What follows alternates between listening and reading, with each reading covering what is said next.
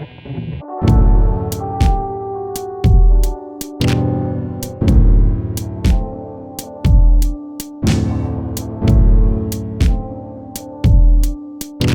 everyone, I'm Jonny, and welcome to a very special episode of The Monsters Playbook. This is our second installment of what we're calling Book Club, but this episode is going to be a little different. Maya, John, and Lauren are not with me, and instead I am joined with some of the keepers and GMs from some other fantastic games and shows around the internet. This session we're calling Book Club Jeepers Keepers. Get it? Because thing from before. We're going to talk about the game we all love. We'll swap keeper stories and try to share some helpful advice for people who want to learn about the game, running it or playing it. So let's do some introductions. Who are you? What's your podcast or show? And how long have you been playing Monster of the Week? Hi, my name is Susannah. I am the keeper of the Thornvale podcast. It is a Monster of the Week show we have been running for over 3 years now. We have over... By the time, whenever this thing comes out, it'll probably be over 160 episodes. And we just started our third season, which is super fun. Our last season was really fun and dramatic and all that jazz. We have a blast. I really enjoy being a keeper and torturing my players. Is this show / game your first foray into Monster of the Week? Yes. Yeah. We actually all played like our first session together on our first episode. Our first session 0 episode was the first time we all got together. It was actually the first time most of my players had met each other. Hilarious. So yeah. But I listened to Adventure Zone Amnesty all the way through before I started. But yeah. Okay. David? Yeah, hello. My name is David. I'm the host of a little show called Trials of the Apocalypse, where we do one-shot stories in different Powered by the Apocalypse systems, a very famous one of which is Monster of the Week. Very recently on the show, we played Monster of the Week, and it wasn't my first time playing it. I've actually played it a few times in some personal games going back. Oh boy, I'm bad with time. 6 months to a year, somewhere in that range. I've been sprinkling in a Monster of the Week game here or there. But I've also listened to a little bit of Amnesty before that. And then when I was getting into listening to actual play podcasts, it turns out Monster of the Week is really good for that. And so a lot of the ones that became my favorites were all Monster of the Week shows. So that was my core exposure to it. And then I was like, well, we should maybe play this eventually. And then we did. Nice. And here I am. Here to stay. And Sarah. Hey, I'm Sarah. I'm the keeper and host of a little podcast called Redgate Wolf. We've been playing the game about a year and a half now. My guys, we did a one shot and then I was like, let's make a podcast. And they were like, what's a podcast? That player always says that, even though he's previously been on a podcast with me before. It's like his running annoying joke. Smart ass. So, yeah. So that was their introduction to Monster of the Week. They came from my D&D group. My introduction to Monster of the Week was like everyone else, the Adventure Zone Amnesty. And then someone on Roll20 said, hey, I'm running a Monster of the Week one-shot. So I said, yes, please teach me. And then they made a podcast. And then I thought, I want to make my own podcast instead of just being a player in a podcast. So, yeah. I do want to ask, because your game and show, I feel, is unique, at least as far as I've encountered games like this, that you have just a really limited cast. That you just have the 2 players and those are the 2 characters. Yeah, that was the thing, because like I said, there's 2 players from my D&D group. They've been doing that together for a couple of years, so they have really great chemistry and can carry a show if they have to do a mystery on their own. But the idea was always to bring a guest in for a mystery or a few episodes. Uh-huh. So we've probably done less than half of the mysteries have been just the 2 of them. But yeah, we've had a number of guests and we'll continue to have a number of guests until they get killed off or whatever. But yeah. So far I've only killed 1 guest, but yeah. Or retire to safety. Let's be optimistic a little. So does that make me the veteran? Maybe. I've been playing... I have to remember when I actually started playing, I think maybe 4 years ago. Okay, so you got me beat by a little bit. Yeah, so I came into the hobby as a whole pretty late. I didn't start playing D&D until my mid-20s. And then my little sister put Monster of the Week on my radar. And so I started playing with a group of people who are all about 10 years younger than me. And I had them play at my high school hometown, circa the year I went to high school there. So they all played teenagers in my town in That's 2002, which was great because they kept being like, "Oh, well, we want to try to do this," and you had to be like, "Oh, that wasn't a thing in 2002." Sorry, Gen Z. Can we all get on like Discord? Well, you could get on AIM. IRC. That's right. Boy. IRC and Some Yahoo Instant Messenger. MSN. MSN, yep, ICQ. I heard all those. Oh God, ICQ. I don't remember these things. Maybe I'm a little younger than you guys are. Oh, like you, I'm definitely the oldest one in most of my game circles. So, yeah. Yeah, it's interesting coming from being I'd been the kid so long in professional circles, and then now it's like, oh, Yes. hi, I'm the old man. Yes. But yeah, so I played that for a couple of years and then started this new one in 2019 when I started working with a guy who had a girlfriend and a friend that became now my show. It's a good way to do it. What does this system, Monster of the Week, give you that other systems haven't? For those that have or have played a lot, I assume. I feel like I have kind of a roundabout answer to this. Awesome. So I have to start a little bit back in time for a minute. Picture me 9 years ago or so, and I have a group of friends, and we have this idea of running this game where we go to space, and we have a crew, and it's great, and we like flesh out these characters, and then we realize we don't have any idea what to play it in, and so I'm like, oh, I'll like make something, it'll be fine. And then we do nothing about it for 9 years. And so after that, I'm just in the car one day and I'm talking about some Monster of the Week stuff with Emma, who's my wife. And we were talking about Monster of the Week. So we both listen to some shows that are Monster of the Week. We've been doing the podcast for a little while. And Emma's like, isn't the character idea that your brother had for that space game like perfect for the mundane? And I was like, you're right. And then like the longer I thought about it, I was like, oh, and this character could be this playbook, and this one could be this playbook. And so Monster of the Week gave me the opportunity to run a game that I've been trying to, well, not very hard, that 9 years ago we tried to, and finally we did. And it was a ton of fun. I think so for me, what Monster of the Week brings is it gives you an incredible shell to put almost anything inside of, so long as it satisfies the requirements of a group and monsters. And if you can like sort of satisfy those two requirements, it's so flexible and still so full, even when you take it outside of, even when you take off the warranty tag and go do something weird with it. So is your show Monster of the Week in space? Yes. Have you not heard it? It's awesome. I love that. That's awesome. It's so dumb. It's wonderful. It's wonderful, dumb fun is what it is. Yeah, that's awesome, dude. I love it. Your space caterpillar is awesome. Yes. So I originally heard of a Monster of the Week when I was listening to Amnesty. And as soon as I started listening to Amnesty, I was like, ooh, you know what? I've got this this book series, and I bet I could totally adapt the world of the book series into a Monster of the Week game. So Thornvale is actually based off of my book series. It's called Deep Hollow. Mm-hmm. And they're both basically Monster of the Week genres. Deep Hollow came first, and ironically, actually, the first book came out a couple of months into when Thornvale came out, because that's how long it takes to edit books. But technically, Thornvale or Deep Hollow existed significantly before Thornvale. But yeah, I was just like, oh my gosh, I could totally use this world that I've already built and have some new characters in it and expand on the lore and the interest of the series that I already have, and I can use this system for it, and it works perfectly with this world I've already made. I'll just have to find a couple of people and start a podcast. How hard could that be? It wasn't as hard as you think, because I press ganged my husband into doing it, and then I had a buddy who I had like half started a podcast with before, and I was like, hey, you want to join a different one? And he was like, yeah, okay. And then I was like, I went to Facebook and I said, hey, does anyone else want to start a podcast with me? And my one friend was like, yes, I would like to do it. And I was like, great, you're exactly who I was thinking of and didn't want to ask randomly.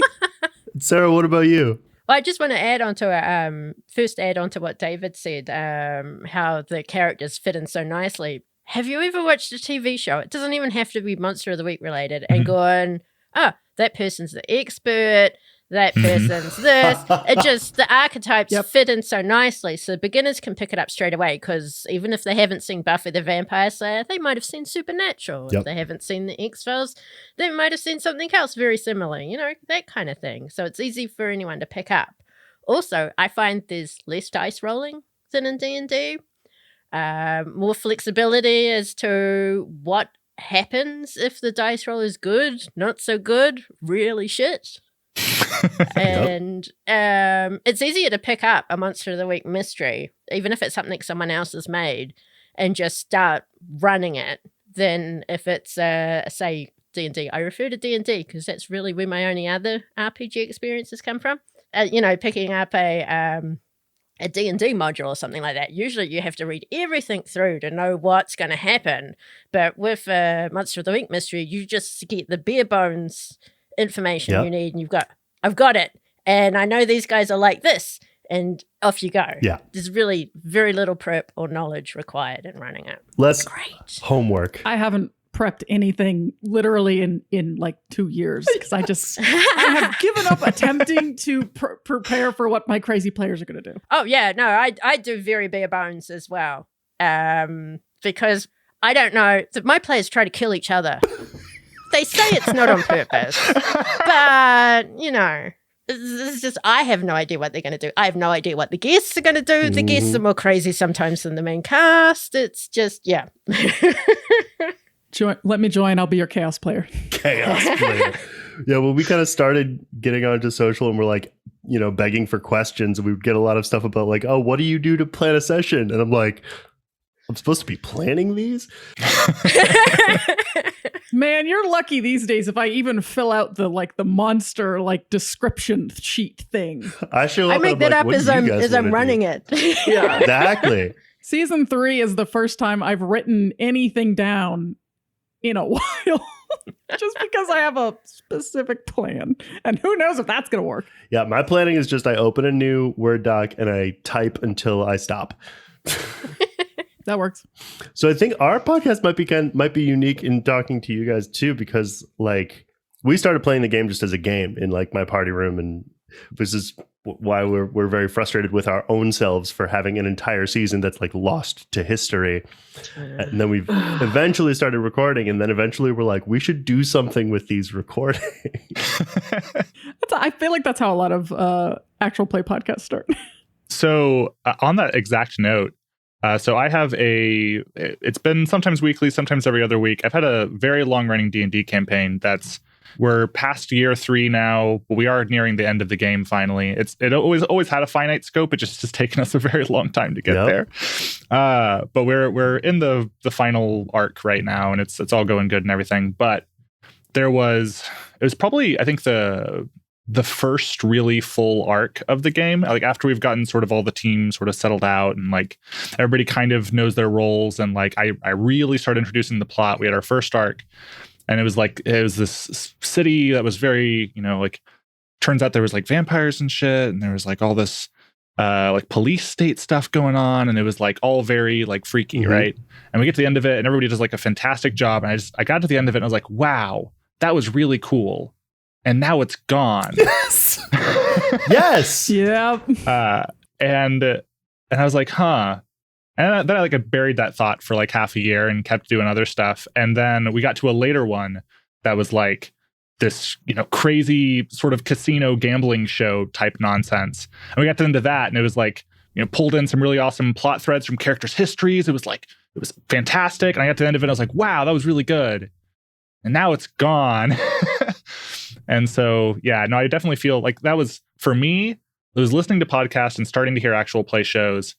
And then realizing that, wait, I'm actually I think I'm telling stories that other people would actually enjoy. And also, I just kind of want this for me. Yes. For posterity. Yeah. If we're gonna do these things, I kind of just want it. Yeah. And so maybe we should have started recording the D&D one then, but that one is totally unrecorded, which it's nice not having the pressure of it, but it is what sort of pushed us to making the show and all that. So. Yeah, that is the sort of twin blade magic and tragedy of these kinds of things, is that it is this incredibly epic and involved and deeply personal story that is for max 6 people. Yeah. And when you tell the story to someone else, they look at you like you're insane. Exactly. Yeah, we, like I said, when here and there, one or the other of us would like get to a scene and like take out their phone and start recording it just to be like, I know I'm going to need to remember this for next time. So I want to have it. And, or there will be extended pauses where it's like, hang on, can you hold on for a second? I need to write down every word you just said so that I don't forget it. That's where recording came from for us. There was a moment in our first season that I knew going into it that it was going to be like buck wild because the players had kind of like hinted at it. And I wish to God I'd visually recorded it because I wish I had my reaction when they did the thing that they did. Like your face? Because I just want to be able to see it, because they could see it and they lost their shit, but I can't. I don't know what I did. Do they plot against you, come together and go, how are we going to deal with this? They made a secret planning group. Oh, that I was not, because we have our like normal group chat, but they made a secret planning group that they have revived several times since then. But that's where it started. That's how you know you've made it. As a game master, I'll be honest, it was a good feeling. When they start plotting around you, you've done it. No, it was a good feeling. You've reached villain tier. Yes, I enjoy being the mean DM. It's fun. Me too. Yeah, I don't go, oh, this will be lovely. They'll really enjoy this. I go, how can I fuck them over? Yes. Yeah. A GM after my own heart. Our very first trailer begins with "My name is Jonny and my friends hate me." Oh yeah, I heard that one. We had a listener recently that was saying like, are you guys okay after listening to one of our arcs? They were like, I can't even imagine this was even fun for you guys after all the trauma your characters have been through. I'm like, y'all, they have been begging me to redo something like that for 3 years now. They're fine, I promise. Nice. So on that note, I want to go to my next inevitable dash of pretension question. Where do your ideas come from? Oh, God. Well, with this game, it can be equal parts. I had this thing that I wanted you to encounter, and then you encountered it in this interesting way. And then equal parts, like sometimes someone will succeed or fail a roll, and the last 5 years will change, right? Like something new must be added and introduced like that. Yep. So it's sort of in either case, where are you pulling inspiration? What does your brain do? Where do I pull the inspiration? Directly out of my ass. No. That was going to be my answer. I'm sorry. Can I be perfectly honest? I was literally like trying to I'm planning I plan all my monsters out kind of ahead, like season by season.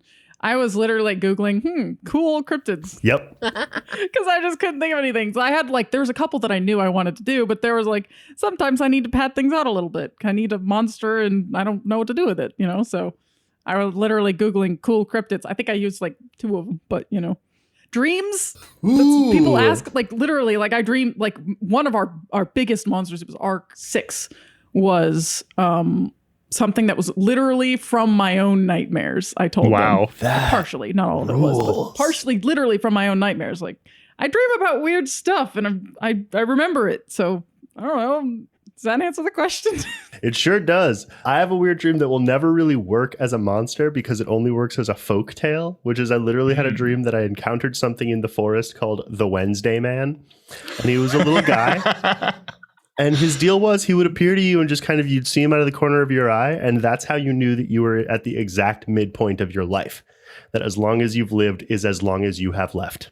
And that's his role. Oh, well, that doesn't quite work as a Monster of the Week monster, but it's cool.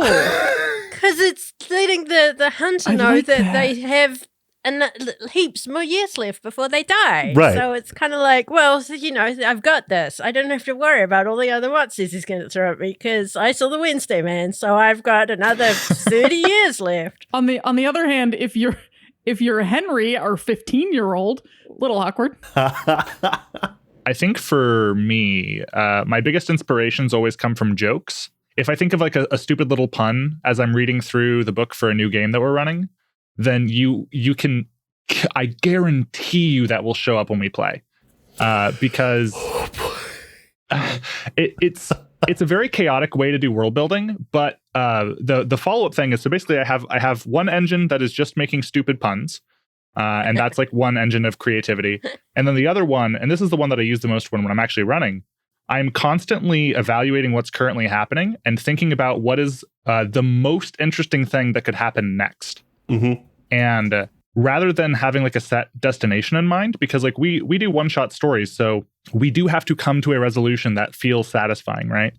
Like we have to do that in a fixed amount of time. But I don't know what that resolution is going to be when we go into the game. All I know, I only sometimes even know what like the final challenge or whatever is going to be, right? Right. Most of the time, it's just like, what is the next most interesting thing we can do? And then I'm just like in the back of my head, keeping track of some story tabs to make sure that like I tick boxes as we go. But yeah, at the end of the day, like all of my favorite world building, even my most serious stuff, is always like a joke at the beginning of the day. I don't know if any of you have played Cards Against Humanity. Yep. But there is a card in that game that is the 8 gay warlocks that dictate the rules of fashion. That is a D&D prompt if I ever heard one. In my personal D&D game, there is a group of 8 warlocks who worship Istis, the goddess of fate. And she is, of course, a weaver. She weaves fate. And so you could consider that fashion. And so they're not like, some of them end up being villains, some of them end up being friends. They're just like this entity that exists in that world. But they are the 8 gay warlocks who dictate the rules of fashion. And in the game, it's an incredibly serious group. Like they matter a huge deal to this world. But it was a year and a half into the game, and before I was like, oh yeah, no, like Emma was just talking about that card, and I was like, oh yeah, we should put that in the world building, and that's how that happened. That's fantastic. Can you give an example of at least one more monster or set piece that began life as a pun? Oh, sure. Let me think from one of our recent games. Well, you're thinking, I saw somebody made a meme about a goose hydra, and so I put it in my Dungeon World game. I have done that. Yep. I saw it and I was like, this has to be in my game. I'm trying to think of another one that was a good pun.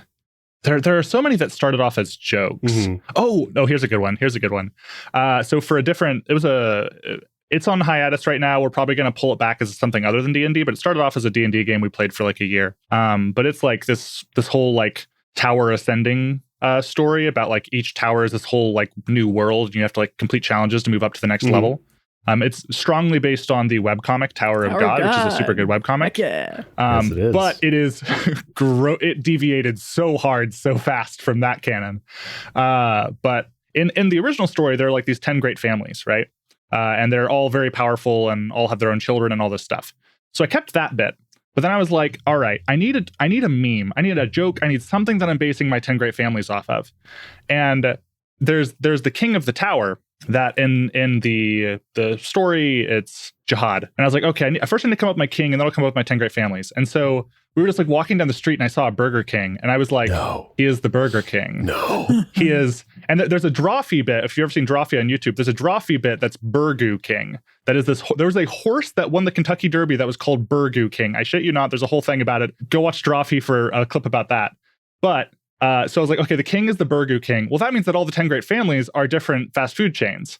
And so like I have the Archez family for McDonald's. I have, oh boy, it's been so long. I have the Roast family for Arby's. I have, and the best part about all this, like they're all bad ones. I have like the Silvers. I have the Bell family for Taco Bell. Like I have all this stuff. And each of them is themed after the restaurant too. Like the Archez family all have golden hair and red eyes, and like they use bows and shit for like sort of the shape of it.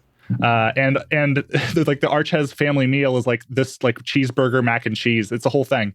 So I lay all these breadcrumbs, and we have playing that game for over a year before someone was like, there's like some interaction between the Silvers and the Bell family or something, and someone's like, is the head of the Silvers family Long John? Yes, as a matter of yes. He is.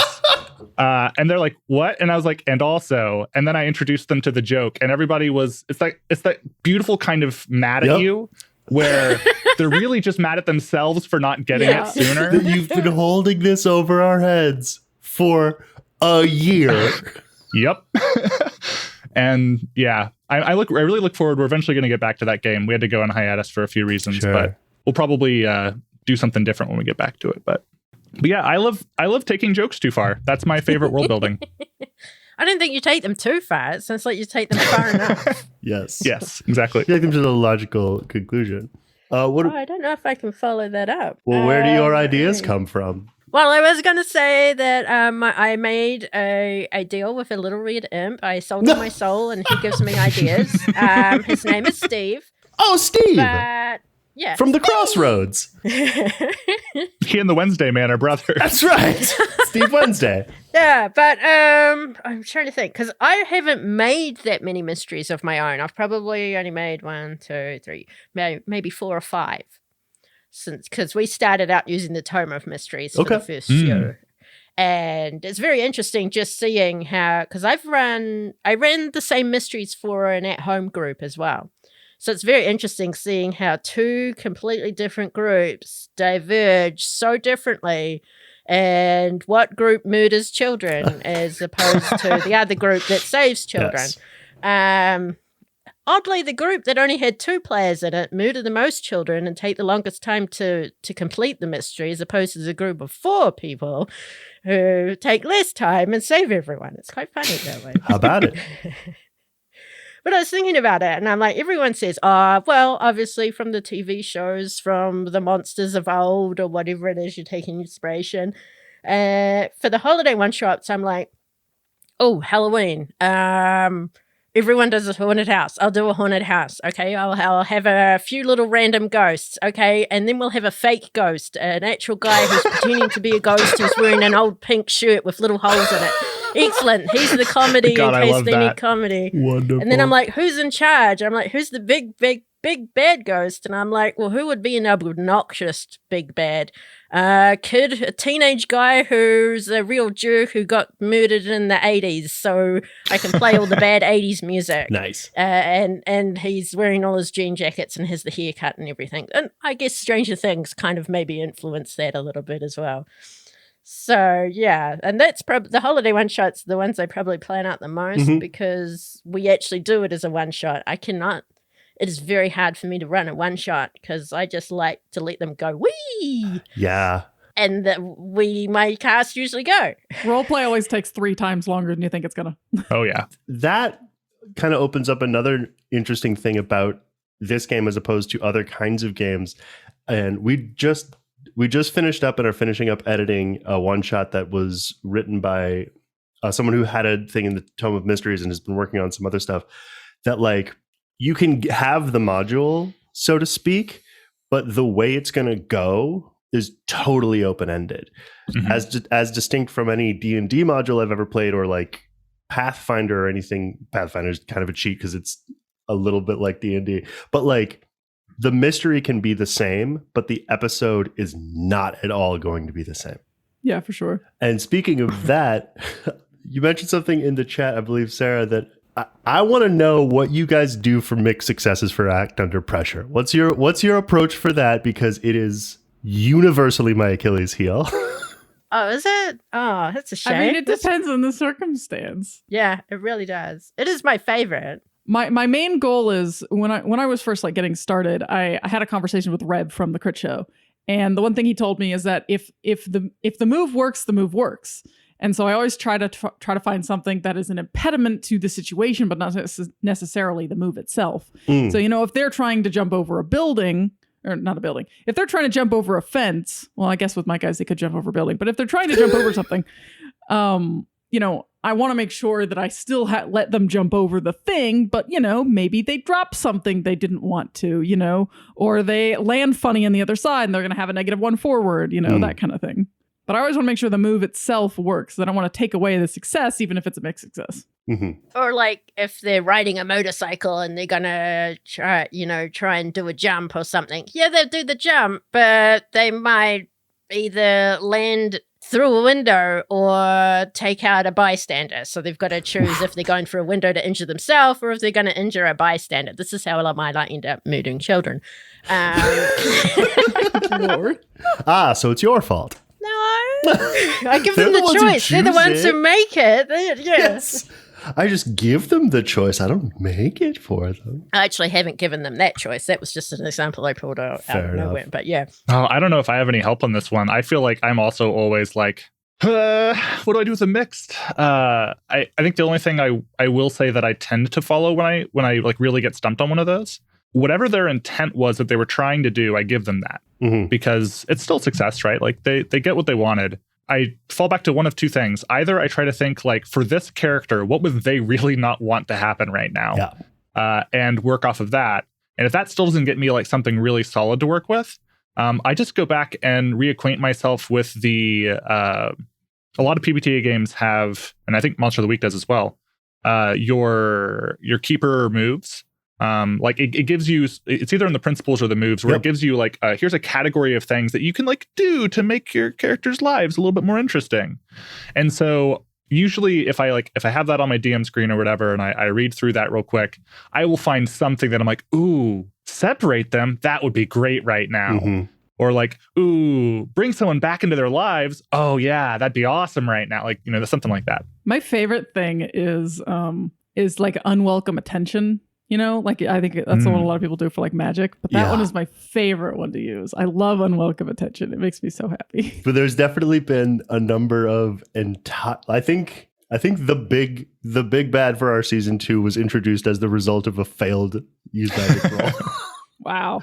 But yeah, that was another sort of revelation for me. If it was not early, it took quite a long time to get to. That's like, there are ways to put the characters in danger or give them negative consequences that don't involve harm or threat or murder. You can make their boyfriend mad at them. Yeah, you totally can. Or you can put their boyfriend in danger, as I'm very fond of doing. Yes. We have a character who's been dating an NPC for a very long time. And I love having him come on as many missions as humanly possible because it means I can use him in these circumstances. Or they end up having to date the deputy because they spent luck and they've been manipulating the deputy the whole time but aren't really interested, but keep him on the hook, and he's found a way to... Oh. Yeah. Another fun one. One character ends up losing his clothing a lot. Wonderful. And that was mainly because during one scene, when someone else, because what I do is sometimes if I can't think up anything in time, I ask the players for a mixed success, especially for Act Under Pressure. What are your suggestions? And the player said, are they naked? And I was like, there are two women in a stable fighting each other and you want to know if they're naked. I'm like, you do not roll high enough for anyone to get naked. That's an advanced move situation. Anyone rolls a 12, we jokingly say, and they get naked. And that's how the minions ended up being naked during one fight. Oh, my Lord. And whenever, we make a point now, if that player is doing something, I'm like, oh, so you're waking up in the middle of the night and there's commotion and there's fighting. What do you do? And he goes, I go out and confront it. I'm like, okay, now would your character have slept naked? And then there's silence for like 10 seconds. And he's like, yes. Yeah. We had a character that was remember I mentioned there was one that came out of my nightmares, that 6th arc, I believe. We had a character that was literally in his underwear the entire arc because of how he went to sleep one night and then the circumstances that followed. But he was literally in his underwear the entire arc. And then an adventure happened. We have art that somebody made of him in his underwear. I wish this was on the podcast and not in a side game, but there was one, it was a little family one-shot that I ran where Pat, who's a regular on our show, if you've listened to it, he's my brother. He was playing this, I think he was a lizard comic bard in a D&D one-shot, and he did an entire fight with this huge gelatinous cube in the rain where he was just in fuzzy slippers and a bathrobe because they had just checked into the hotel and in the middle of the night they got woken up and he didn't bother putting on anything, so he didn't think it was going to be a big deal, and so he just does the whole thing in his fuzzy slippers and he's got his bathrobe. And it's probably the only arc, to be fair, that Bjorn didn't ruin an expensive government suit, so Naked Hunter guy has twice ended up in makeshift loincloth diapers. Now and my podcast. That's his own doing. A D&D comic bard in a fluffy robe and fuzzy slippers might get inspiration for doing that. Oh, he did. I think he later got inspiration for some pun or something he made off of what he was wearing. And you got to reward that sort of thing. That's a superpower. That's a condition for victory. Oh yeah, that character's name was Heckles the Crowd. Like with hyphens, like it's an Argonian? Yeah, I think so. And Emma absolutely, her character refused to call him by his name. So he was Chuckles, he was Snickers, he was anything but Heckles. It was great. It was a good bit. That is the kind of interplayer violence that I support. Although actual interplayer violence is pretty fun. Occasionally. It has its moments. Maybe inter-PC violence, we should say. Yes. I much prefer the I told you not to call me that. I'm going to call you that all of the time.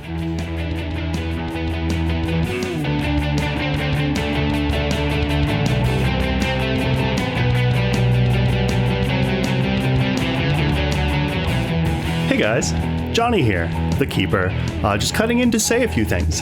Thanks for listening to the Monsters Playbook. We hope you've been having a great time listening because we've been having a blast putting this together and putting it out there. It's been amazing to interact with listeners and this great community of gamers and podcasters.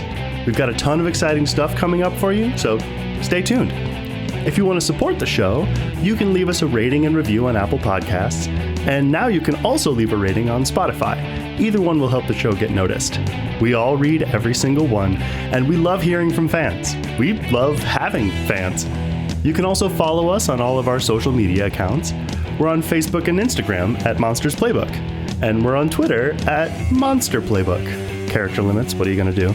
Plus, you can email us at monstersplaybook@gmail.com if you have any questions about the show or the game, or if you want to share any fan art. We'd love to hear from you.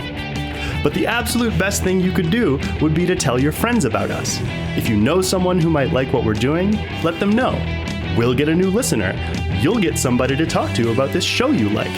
Everybody wins. But again, seriously, thank you so much for listening. Obviously, we'd still love to play this game regardless, but it really means a lot to have other people come with us on this adventure. Okay, you monsters, let's get back to the show.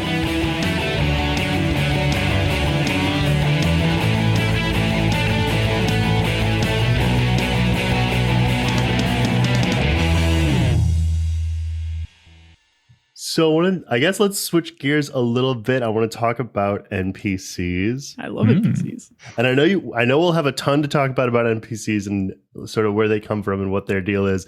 But I want to talk specifically about voices. Do you do them? I do. I'm like half and half, where like I have some PCs that I'm like, this person has a voice because I came up with it on the spot, or because I want them to like this person, or because I've been thinking about this person for a long time. More than half of my NPC voices are just me, but a little angrier.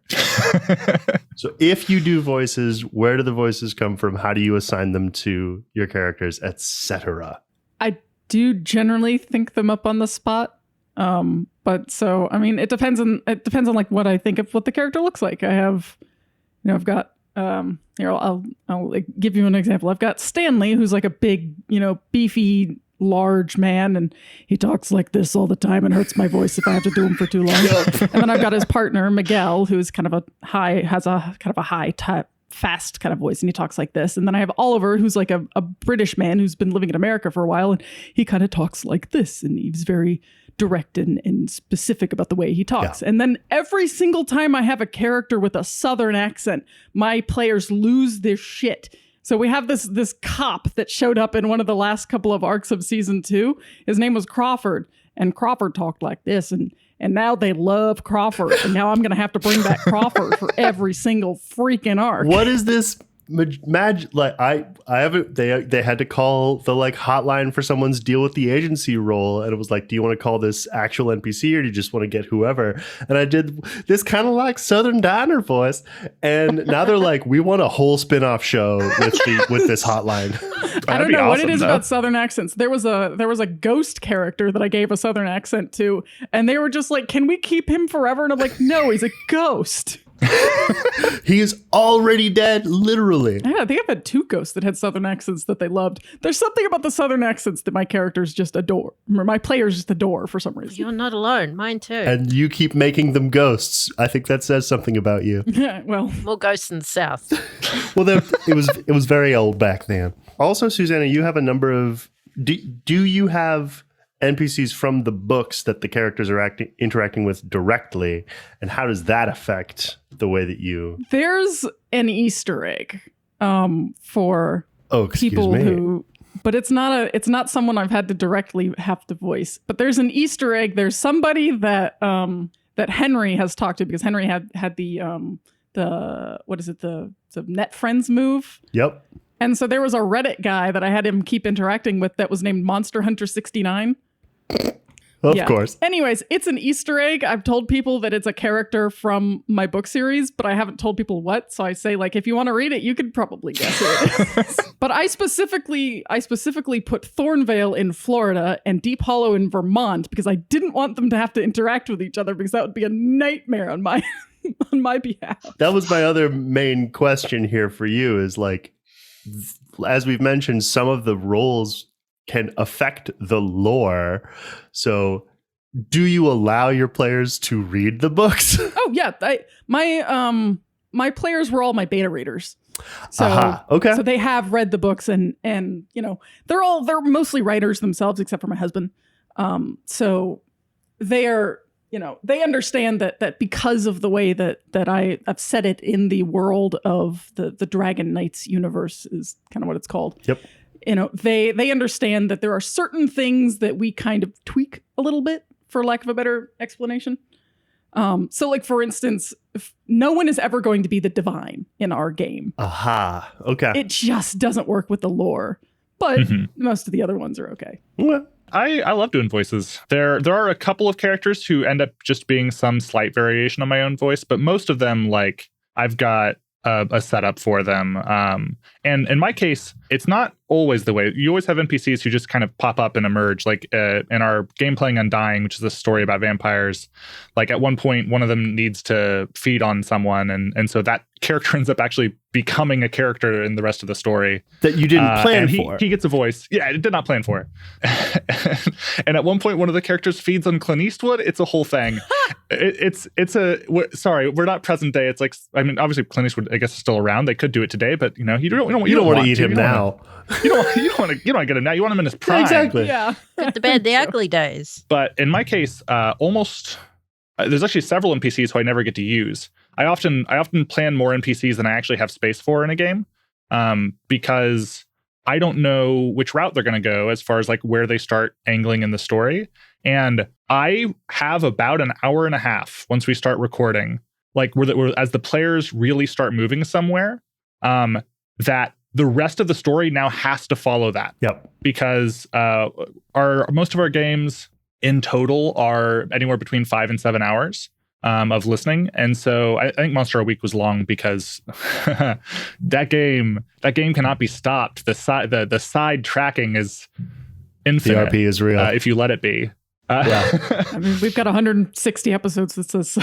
Yeah, no, and like that's the thing. You can do that and you can tread all new ground the whole time. Like Monster of the Week's magical that way. But I often plan the characters ahead of time. And for me, like the character's voice in many ways defines who the character is. Mm-hmm. Because that's kind of true to real life too. Like how a person talks can very much like influence how they're perceived, right? And often as a reflection of who they are. If you have someone who's a bit more of a gruffer speaker and they have a bit more energy, a little bit more anger, they probably are a little bit angry, right? Yeah. Like that's probably what's going on with them. And so you kind of lean into those sorts of things.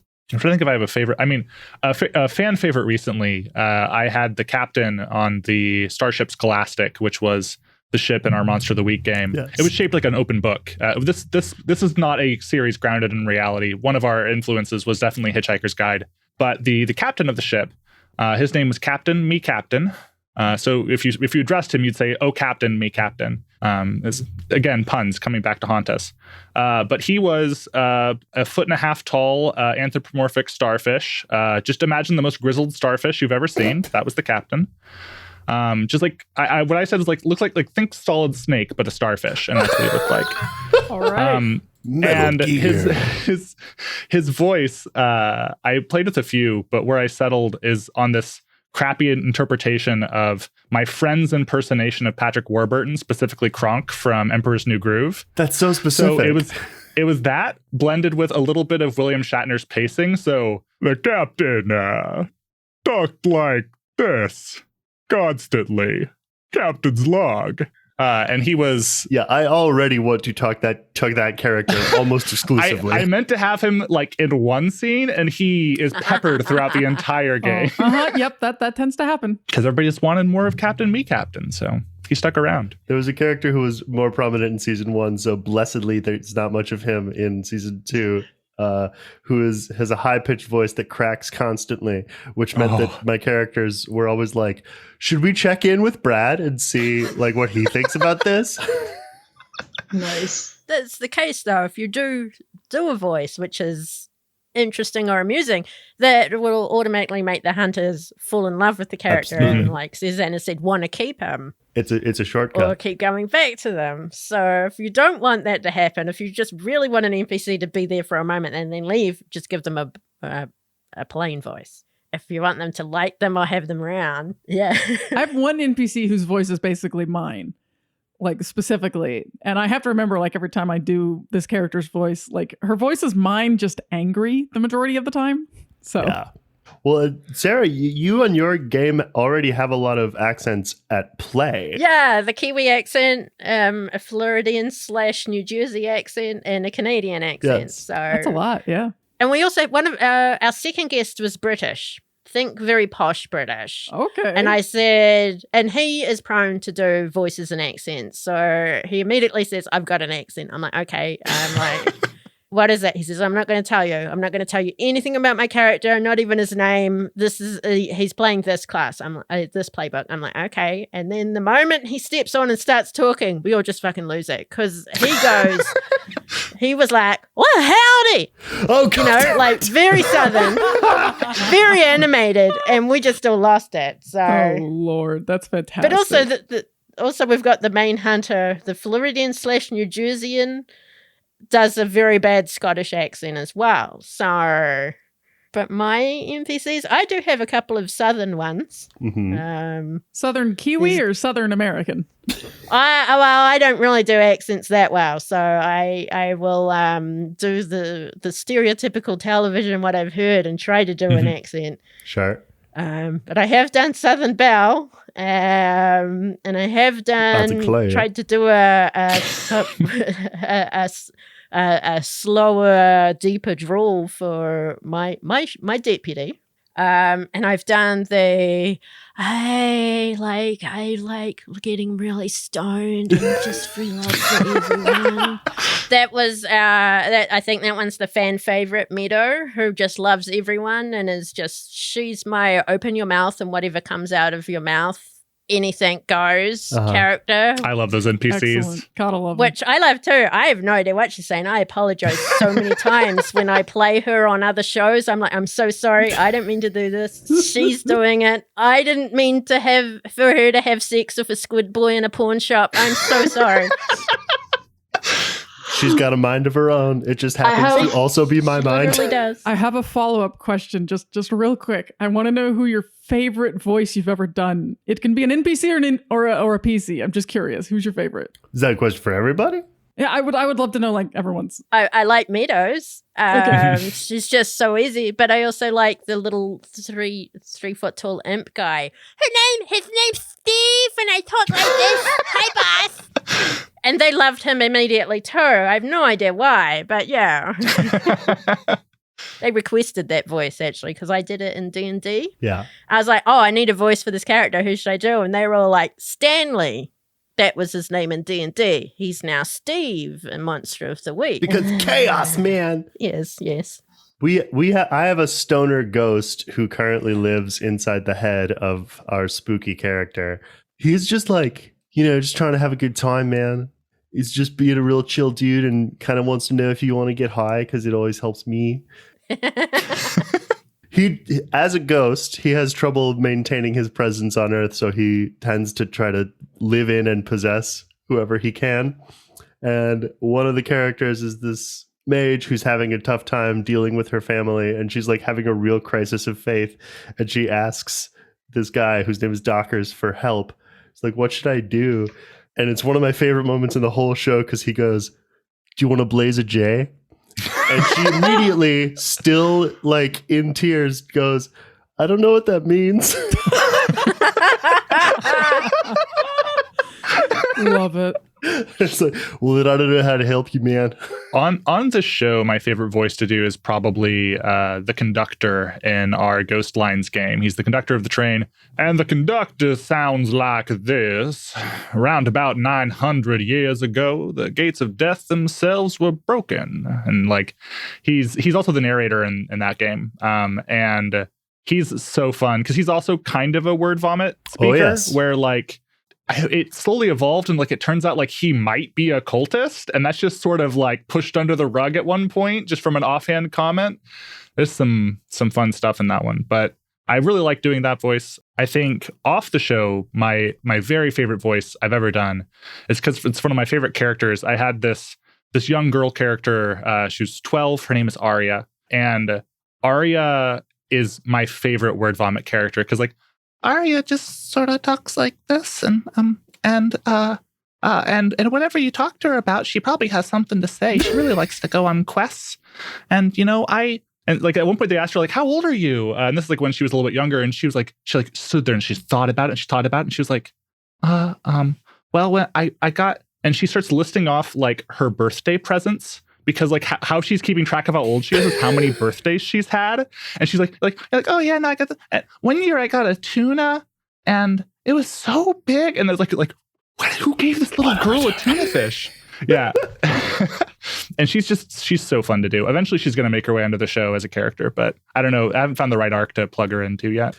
That I have found has been the especially because so many of the voices, as we've mentioned, start just as my voice because I don't know if they're going to become important or not. Mm-hmm. Like having the diction and the word choice become the thing that kind of makes the character, because your loquacious conductor, I can imagine, old-timey ass polysyllabic language. Oh yeah, absolutely. Like you can just feel that come out of you.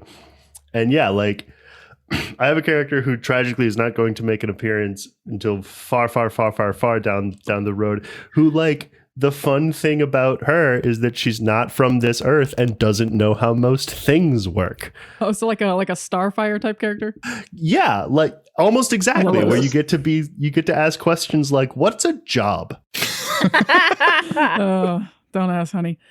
My favorite character is I think everyone else's favorite NPC. It's an NPC is a difficult way to explain. It's a monster they adopted. Its name is Masa, which is some language for poop, because I thought it was funny. Anyways, it's a monster they adopted, and it's just kind of a more growly version of my Stitch voice. So Masa talks like this. Okay, he's kind of an angry little bastard, So I love Masa. Everyone else loves Masa. It's probably mostly the voice. It's like halfway between my Stitch voice and my Gollum voice. Yeah. This is like the weird secret that we keep even from ourselves. That is, if you want your players to fall in love with a character, give them a silly voice. That's literally all it takes. The hardest voice I ever did was Ashira from our Urban Shadows one shot. And she was a fae character, and I decided to give her like this pseudo French accent, and it was so hard to keep it up. Yes, I had this activation phrase in my head, and I had to like either think or say the activation phrase to even be able to like say the character's, like do the character's accent at all. I can do about any accent if I hear someone else do it first. So I had been listening to, I think Critical Role had this character that had like a French accent, and I was like, I can do that. And the farther I got away from watching that character, I was like, ooh, this is getting hard. Yep. Do you remember the activation phrase? I do, yeah. And it's very specific to the character. And it was, I do not like the humans. Yeah, that was the activation phrase. So I had to just like say it every time. I don't know why it became the activation phrase, but it was the one that like got me in the perfect mindset to do this character. And she didn't. She didn't like the humans. I tried to avoid doing a French accent. I just said, this guy who turns up and he's like and I describe a Three Musketeer basically, and I said, and he speaks in an accent, and I was avoiding speaking because I knew I wasn't going to be able to do a French accent. Next thing I know, my players are going, hon, hon, hon. And I'm like, and they start speaking in a French accent, and I'm like, I am apologizing to any listeners we have in France who are French speaking. And We maybe are French not Canadians, just stereotyping anyone with that kind of accent. Or people with Hon, ears. hon, hon still comes up a lot. It's so much easier when you're writing a book and you can just say this character has a French accent.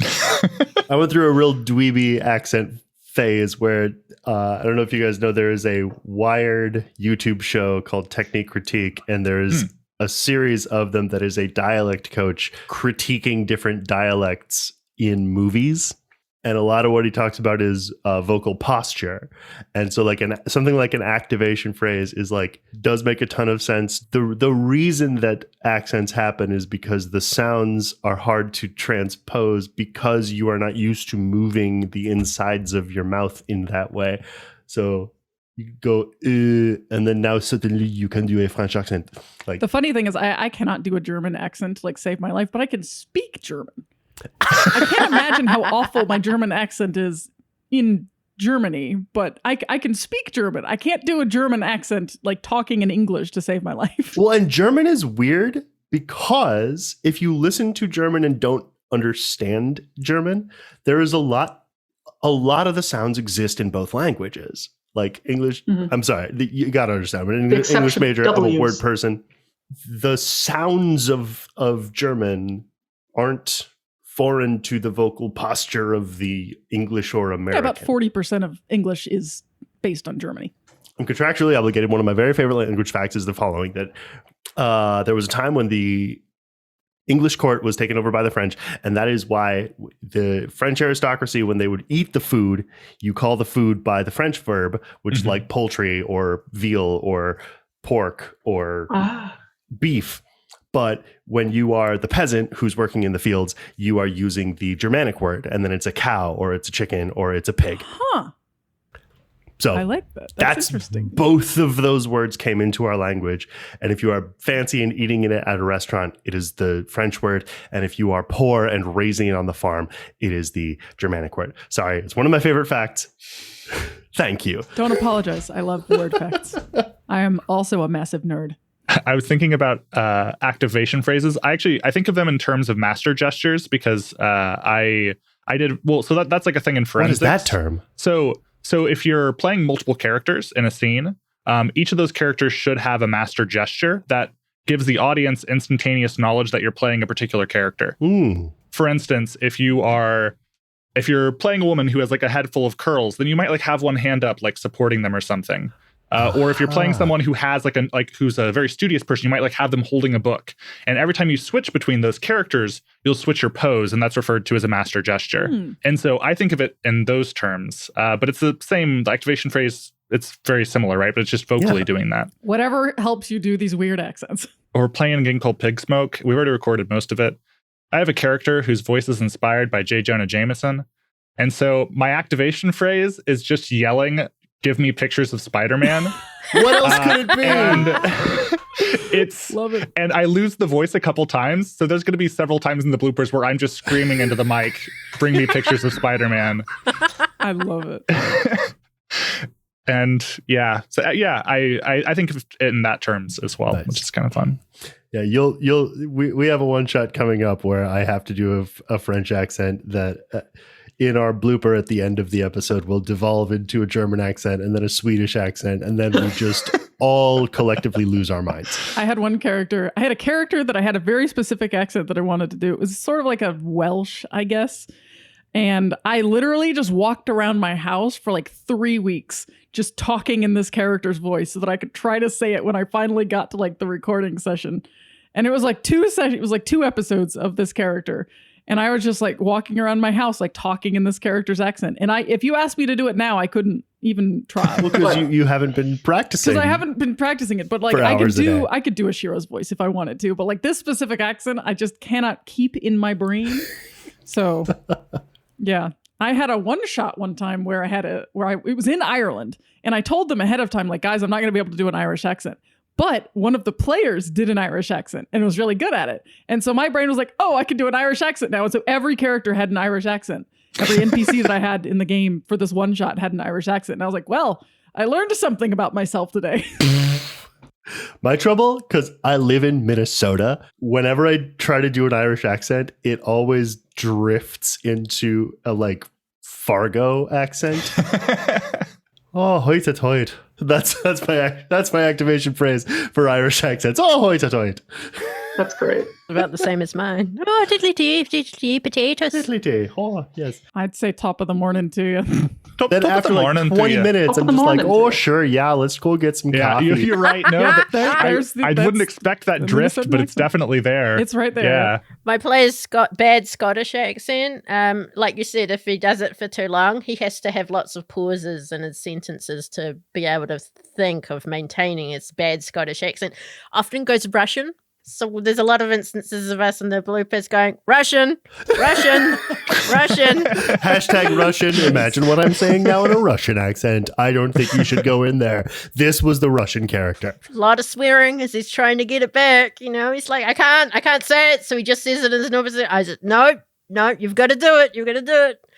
But he did what you said, and would walk around the house in his underwear. Apparently, he felt the need to tell us he was in his underwear while he was practicing his bad Scottish accent. Well, you've made nudity so core to your fiction. I don't know. It's him again too. It's the same player. But he makes sure to help him get into character, he has alcohol beforehand and sometimes during recording. So I guess it's just to like whatever works. Ease his inhibitions, so he's happier just doing the bad Scottish Is accent. It Scotch? No. I don't think he's ever mentioned Scotch, but Manhattans, alcoholic seltzers, beer has been mentioned a few times. You usually know when he's been drinking because he gets tipsy-talky. Tipsy-talky. Yeah. Well, there's your next NPC. Tipsy-talky. So I want to do one last question specific for David, and then I want to do the last question for everybody, because I do want to know, with Trials of the Apocalypse, like you've done several of these things.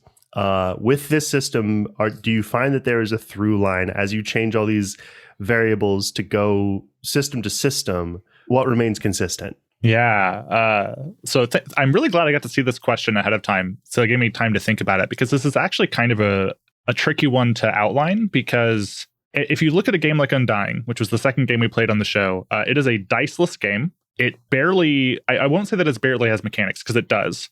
But they surface very infrequently. And a lot of it is just conversation forward fiction telling, right? Mm-hmm. And then you compare that to The Watch, which we played a little bit more recently, which has like very strict phases to the game, and there's completely different rules depending on which phase you're in, and it has much more regular rolling, and there's just a lot more of that going on.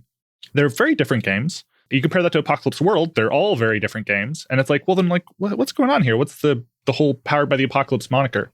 And a lot of people will attribute it like, okay, well, if you're rolling 2d6 and rolling with a summed resolution system of, 6 minus failure, 7 to 9 mixed success, 10 plus, full success, then that's PBTA. Like, well, Undying's a great example of like, they got the little sticker even that they are PBTA, baby, but there's no rolling in that game. So like, obviously that isn't all of it. Blades in the Dark is Powered by the Apocalypse. Apocalypse World is listed in their first things, like in the first acknowledgement in that game.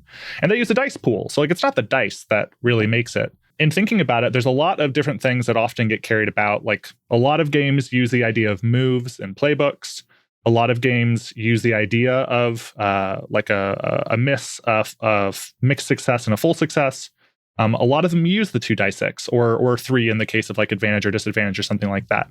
A lot of them use hold. But I think what the real through line is that really is not necessarily entirely unique to PBTA, because there are other archetypes of games that also have this. Sure. But definitely the through line within the Powered by the Apocalypse sphere is you have conversation and you have very narrative forward resolution mechanics. And I want to make that distinct from something like D&D, which is much more consequence driven mechanics. For instance, like, okay, I swing an axe to chop down a tree. all right, I need to roll probably a strength or athletics check for how good I am at chopping this tree with this axe. And then if that succeeds or fails, either I succeed or I fail. So already it's a little bit more of a binary. Yep. Some DMs will do something in between, but usually it's more of a binary. And also the result is I cut down a tree. If you're playing most PBTA games, unless it is narratively significant, you say like, yeah, I'm going to swing this axe, cut down the tree. Okay, you do that. What next? Yeah. It's much more about the narrative cruxes, not about the exact action consequence economy, right? Mm-hmm. So I think that is one hallmark. I had another one. I thought of while we were having this conversation. I think it related to Monster of the Week. The thing that I'm vibing, at least I've read into Blades in the Dark and obviously played a couple of different Monster of the Week, and it is the most pure collaborative storytelling game that I've encountered. Yeah. No, that's the other point. You exactly hit on it. It is PBTA is collaborative. You often have a guide in the sphere of games. You often have a keeper, a master of ceremonies, a mistress of ceremonies, whatever you want to call them, a dungeon, whatever. But you don't have to. There are lots of games that don't have them at all in the sphere. And at the end of the day, even with them, they're just another player at the table. They just have a different role. Yeah. But like everyone, it's very collaborative. Everyone is a part of shaping the narrative. I think that's the other core through line to PBTA is that everyone is a part of it. Like everyone is a part of the narrative at the table. There's some that skew a little bit more to more narrative control being in the hands of whoever's the keeper. But I think even then, it really does skew close to even boundaries for everybody because of how moves often are treated as something that is triggered by someone else moving along the fictional positioning. Mm-hmm. Like you have a player who wants to go and Monster of the Week, who wants to go and investigate a murder, who wants to go and like look at a crime scene or something. It's just as a rough example. And that action then triggers, okay, well, you are investigating a mystery. You are applying your skills to look into this. And then the keeper just controls sort of like what happens as a consequence of that, depending on the role, right? But like all of the action leading up to that was the player, and they are writing the fiction. And there's just so much of that in PBTA, and for me, it's my favorite way of telling stories. So I love doing it that way. First of all, thank you all so much for talking to me. This has been so much fun. I think the last thing I want to get from each of you is for any aspiring keepers, for anybody who may be interested in trying out running Monster of the Week as a concept, what advice would you give? I've been asked this question a lot because we've been going for a while. I would say, first of all, you can start planning things. It doesn't matter. All your plans are going to go out the window at some point. If they're not going out the window, you're probably railroading someone. You know, like you may have an idea of how the story is going to go in your head, but you have to let the characters figure out where to go. So the looser of an idea you have of what you have going into it, if you just have the monster like description, that's fine. That's all you really need. You know, like let your players explore your world. You know, like they're going to do stuff that you will never see coming, and you need to come up with something on the fly, and that's totally fine. And I think the other thing is that when the moves work, the moves work. Like I said, that was the big piece of advice that I when I talked to Reb from the Crit Show, he said that when the moves work, the moves work. So if they do a success, it is a success. There are not negatives to that success if it's a full success. If it's a mixed success, they still get to do the thing that they wanted to do. You can't take that away from them. There's just consequences now. And if it's a failure, it is your theme park, my guy. Just go nuts, have fun, come up with the craziest things, but, make it make sense. And if it's magic, it doesn't even have to make sense. It's great. The way I've evolved to talking about it, I stole from Burning Wheel, which is that if you succeed your roll, you say what happens next. And if you fail your roll, I say what happens next. Yeah, exactly. And even in you can have a world, like you don't have to, like, your players don't have to like make up the whole world for you, like just because they can help you make your world. Obviously, my world is based on a very specific set of rules and whatnot because it's based on a book series and I can't deviate from what the book series has already said. Of course, that doesn't mean that I can't like introduce new lore or pull stuff that the book series hasn't gone into yet, I think two things. First, plan your setting. As the keeper, that is the most significant thing that you should actually be a little prepared for. because like it is Monster of the Week's very sandboxy. The players get a lot of control in steering what happens. So your job is mostly to give them a sandbox to play in, whether that be NPCs, whether that be a city, whether that be wider than that, depending on the scope of your story. Just give them somewhere to play. And then like the follow-up to that is let them play. And because, oh man, they will get themselves into way worse situations than you could have imagined for them. Like, oh yeah, because the whole thing That with playing, the whole me. thing with exploring is that like play is a successive like series of mistakes and consequences. And so long as the consequences continue to be fun, everyone wants to keep making the mistakes. let your character screw up. Yeah. Everyone's already settled the good ones. I suppose listen to your players. Like if David said they're the ones who will go off and make all the stupid mistakes, but they might also suggest stupid ideas and take note of those to maybe include those later as potential consequences or something like that. I don't plan much. I didn't plan much of the setting. I didn't plan much of anything really. I just took the map from one of the mysteries in the Tome of Mysteries. I said, this is Hendrix. We will fill in the buildings as they say, hey, is there a mechanic or is there a whatever? And just if they suggested and it seems like there would logically be something like that, or even if it wouldn't logically be there, but put it in there. Yeah.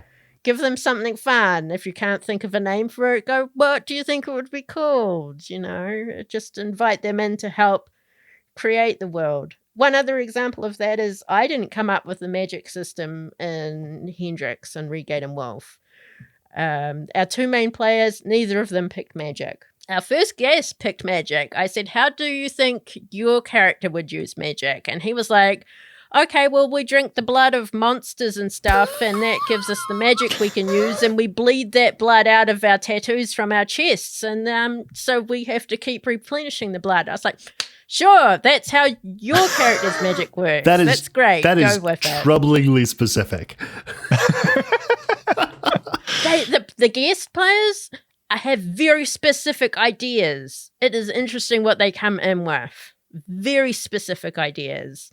I say, whatever you want, go for it. And they're like, okay. And then you're spending 20 minutes just answering questions or maybe asking a question for them while they're creating this very well thought of character for a guest on your show. It's really interesting. I don't know if you are trying to do this, but you are making me want very badly to be a guest on your show. I volunteer as tribute. All of that sounds fun to me. Well, the only problem with my show is we have to record on either Thursday nights or Friday nights from 9 p.m. Eastern because one of our players has children, then that's what time they go to bed. So Okay, I don't sleep. Look at me. Well, thank you all once again. As we close out this episode of Book Club, where can our listeners find you and your podcast? Redgate and Wolf, you can find us redgateandwolf.com or at Redgate and Wolf on Twitter, and we're all over the podcast places, hopefully. I'm Sarah. Bye. Hi, David here. I'm the showrunner for Trials of the Apocalypse. If you're looking for us on Twitter, we're at Toda Podcast. That's TOTA Podcast. Common place people find our podcast is at our website, trials.podbean.com. And in your favorite podcatcher, just search for Trials of the Apocalypse. We'll be there. If you like, wherever you listen to this one, I'm sure you can find us in that one. I think we're pretty much in all of them at this point. When we played Monster of the Week, it was in space. That was really a blast. It was inspired by Hitchhiker's Guide, Futurama, and Star Trek. So if you like any of those three things, or the unholy combination of the three, you'll probably get a kick out of our game. And our next one that's starting to air now is Pig Smoke, which is a game of magical academics dealing with an absurd bureaucracy. And sneak preview, I do a J. Jonah Jameson voice. So be ready for that, I guess. So get me pictures of Spider-Man. Oh, yeah. Pictures of Spider-Man, all of them, please. Send them to me on Twitter. Send me pictures of... No, actually, if you're listening to this right now and you find us on Twitter, send me pictures of Spider-Man. That's my request. Perfect. Please and Even thank if they roll 12 plus? I mean, Well, then they're really good pictures of Spider-Man. yeah, the good pictures of you send me that good. Yeah, so I am Susannah. I am the keeper of Thornvale. It is a fairly long-running, as far as Monster of the Week shows go. We have over 160 episodes by the time this one comes out. You can find us at thornvalepodcast.com. That's THORNVALE, Thornvale. Podcast spelled like podcast. We're at Thornvale Cast on Twitter. I'm terrible at being on Twitter because it's a hellhole. We're even more terrible at being on Instagram. But you can still send us stuff. We're mostly on the Cast Junkie Discord server. It's in the link. The link is in most of our episodes. Just go to our most recent episode and you can click and find us there. That's where you can find us. It's our favorite place. We're always there. Yeah. So you can come talk. That's the best way to talk to us. But I do recommend you check out the show. It is a ton of fun, and oh boy, it's a lot. Seconded all around. We will definitely have links to everyone's podcasts and sites in the description of this episode. And thank you all so much for talking to me about Keepering, about the game and what goes into it. You've all been really lovely, and it's so nice to meet you all and chat about nerd shit. Yeah. Thank you. Go play Monster of the Week. Play games with your friends. And the ones on the internet too. That's right. You don't have ones in real life. This has been the Monsters Playbook Book Club Jeepers Keepers. A big thank you to our guests, Sarah from Redgate and Wolf, Susannah from Thornvale, and David from Trials of the Apocalypse. The Monsters Playbook is produced and engineered by Maya Detjen, edited by Maya Detjen and Lauren Johnson. Our theme song is by me, Jonny Grubb. If you liked this episode, please tell a friend. We love friends. You can find us at Facebook and Instagram at Monsters Playbook, and on Twitter at Monster Playbook, and on Web 1.0 at monstersplaybook.com. You can find all of this episode's guests' shows in the episode description, and you can come hang out with all of us on our various channels on the Cast Junkie Discord server. That info is also available in the episode description. We will be back next week with another proper episode of The Cover Story, where, as always, I'll have some good news and some bad news. Thanks for listening.